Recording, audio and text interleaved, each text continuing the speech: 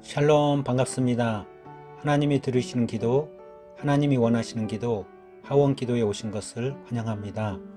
지난번 영상에서는 성경이 주는 유익에 대해 알아봤습니다. 성경의 유익이 많이 있지만 그 중에 믿어서 구원케 하고, 죄를 깨닫게 하고, 앞길을 조명해주며 영적 싸움에서 승리하게 합니다.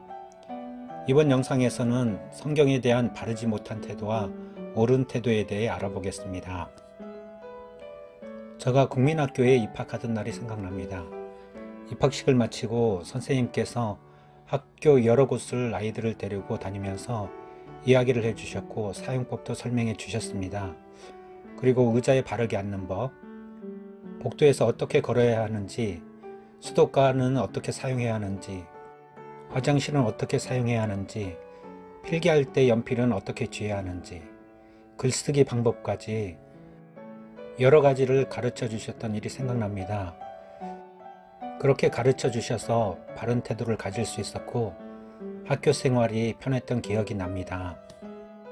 우리는 삶을 살면서 태도가 많이 중요합니다. 옳은 태도를 가졌는지 그렇지 못한지에 따라 많은 차이를 가져다 줍니다. 성경에 대한 태도도 마찬가지입니다. 옳은지 그른지에 따라 신앙생활에 큰 차이를 나타냅니다. 오늘 성경에 대한 태도를 보면서 신앙생활에 도움이 되셨으면 합니다. 먼저 성경에 대해 바르지 못한 태도를 알아보겠습니다. 성경을 하나님의 말씀으로 이해할 때 말씀을 자의적으로 해석하거나 왜곡하는 것은 대단히 잘못된 것입니다.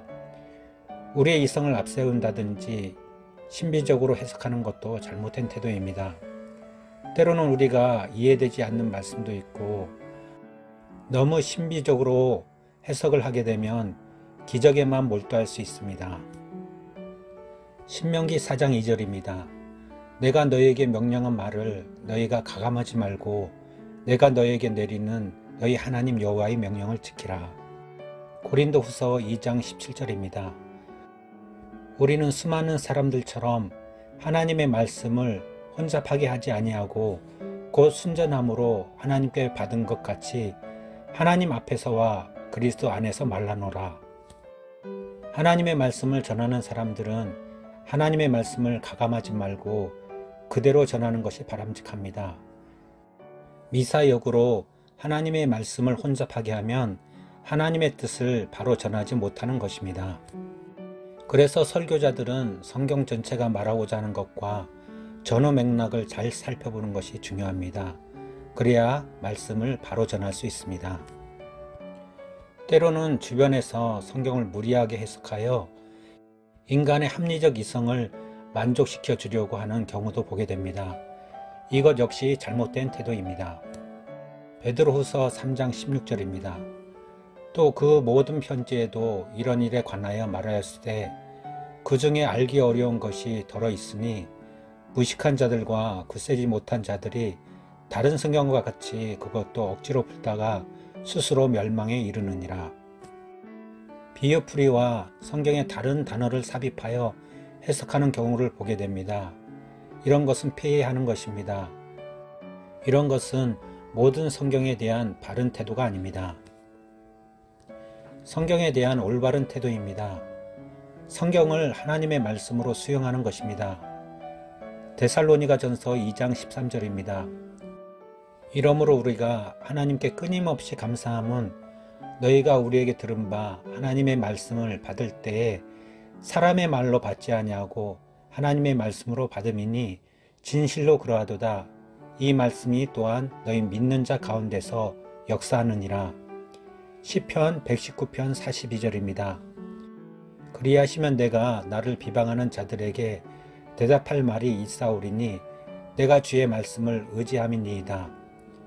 성경은 문자로 기록되었지만 성령의 감동을 통해 성경의 저자에게 주신 말씀입니다. 그래서 성경을 하나님의 말씀으로 인식하고 그분에게서 온 말씀으로 받아들이고 순종해야 합니다. 사도행전 17장 11절입니다. 베레아에 있는 사람들은 데살로니가에 있는 사람들보다 더 너그러워서 간절한 마음으로 말씀을 받고 이것이 그러한가 하여 날마다 성경을 상고하므로 시편 1편 2절입니다. 오직 여호와의 율법을 즐거워하여 그의 율법을 주야로 묵상하는도다. 시편 119편 97절 113절입니다. 내가 주의 법을 어찌 그리 사랑하는지요. 내가 그것을 종일 작은 소리로 읊조리나이다. 내가 두 마음을 품는 자들을 미워하고 주의 법을 사랑하나이다. 이 말씀들에서 말씀을 상고하다, 묵상하다, 읊조리다 라는 표현이 있습니다. 이 모두가 묵상이라는 표현인데 말씀을 깊이 묵상하는 방법 중에 하나가 하나님의 말씀을 읊조리는 것, 즉 하나님의 말씀을 암송하는 것이 중요합니다. 그래서 추천하기는 말씀 암송을 추천합니다.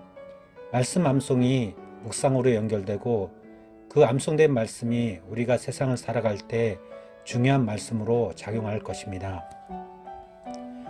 말씀을 자신에게 적용해야 합니다. 사도행전 2장 37절입니다. 그들이 이 말을 듣고 마음에 질려 베드로와 다른 사도들에게 물어 이르되 형제들아 우리가 어찌할꼬 하거늘. 하나님의 말씀이 우리에게 들려질 때 우리는 주저하지 말고 하나님의 말씀에 순종해야 합니다. 베드로의 오순절 설교를 들은 사람들이 마음에 감동이 왔고 사람들이 베드로와 제자들에게 어떻게 할지를 묻습니다. 베드로는 회개하라, 예수님의 이름으로 세례를 받고 죄사함을 받으라고 합니다. 이 말씀을 들은 사람들이 순종을 했습니다. 그 이후 회개의 역사, 부흥의 역사, 나눔의 역사, 기도의 역사가 일어났습니다. 말씀에 순종하는 태도입니다. 시편 119편 9절입니다. 청년이 무엇으로 그의 행실을 깨끗하게 하리이까? 주의 말씀만 지킬 따름이니이다. 야고보서 1장 22절입니다. 너희는 말씀을 행하는 자가 되고 듣기만 하여 자신을 속이는 자가 되지 말라. 성경에 대한 올바른 태도는 그 말씀이 내게 임할 때 바로 순종하는 것입니다. 말씀을 듣기만 하고 순종하지 않으면 역사는 일어나지 않습니다. 하나님이 원하시는 것은 말씀 순종입니다. 말씀을 순종함으로 하나님의 것을 충만히 누리시기를 기도합니다. 오늘은 성경에 대한 바른 태도와 그렇지 못한 태도에 대해 알아봤습니다.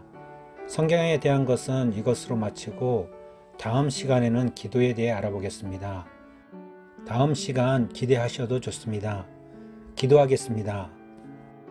하나님께서는 주의 성도들에게 하나님의 말씀, 성경을 주셨습니다.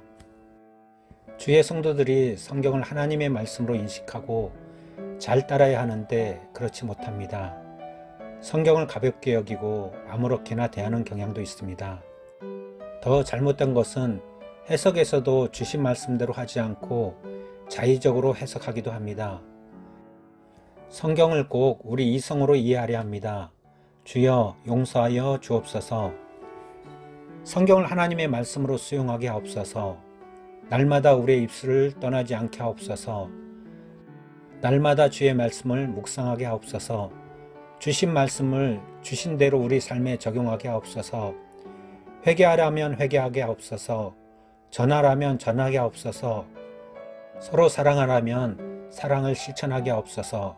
주신 말씀에 순종하는 삶을 살게 하옵소서. 이렇게 성경에 대한 바른 태도를 갖추어 신앙생활에서 승리의 삶을 살게 하옵소서. 감사합니다. 예수님 이름으로 기도합니다. 아멘.